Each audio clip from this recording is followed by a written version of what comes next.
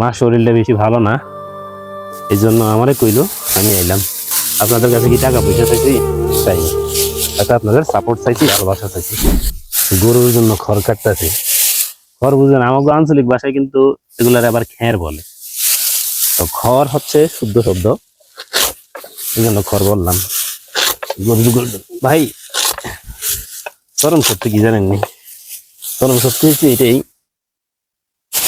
যদি গরিবের ঘরে জন্ম নেন তাহলে সবই করতে হইব কমবে বা জানা থাকতে হইব। আমি হয়তো কম করি, আমার মা এটি বেশি করে, কিন্তু মাঝে মধ্যে করা হয়। তাই বললে যে ধারণা নাই এরকমটা না, ধারণা আছে। আর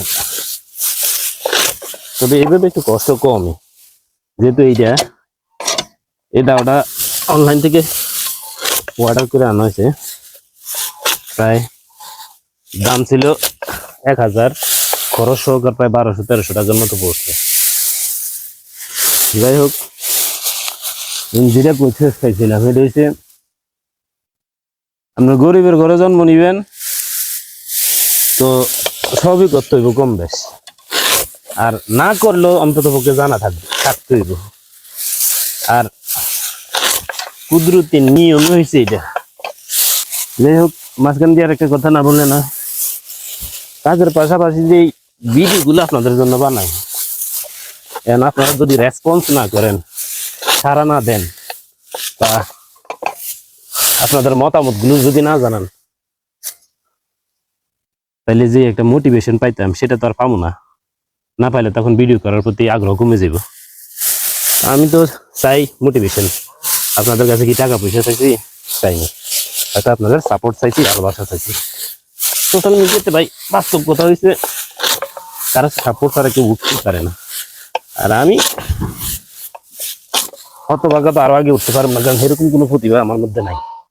এই খের কাটা ছাড়া, মাটি কাটা ছাড়া হয়তো ভবিষ্যতে রিস্কও চালাইতে পারি, কারণ এই সোশ্যাল মিডিয়া থেকে যে কিছু একটা করবো সেই প্রতিভা না।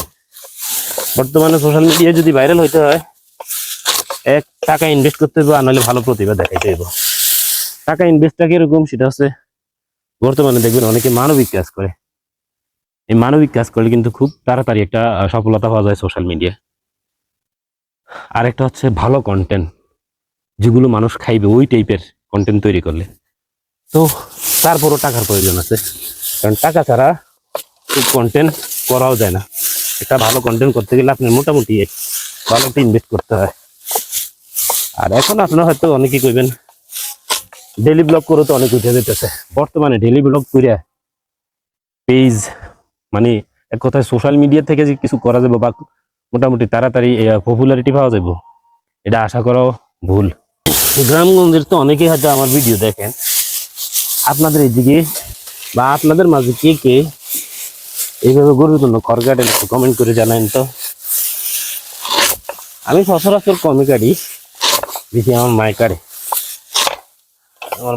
আজকে মা শরীরটা বেশি ভালো না, এই জন্য আমারে কইলো, আমি আইলাম।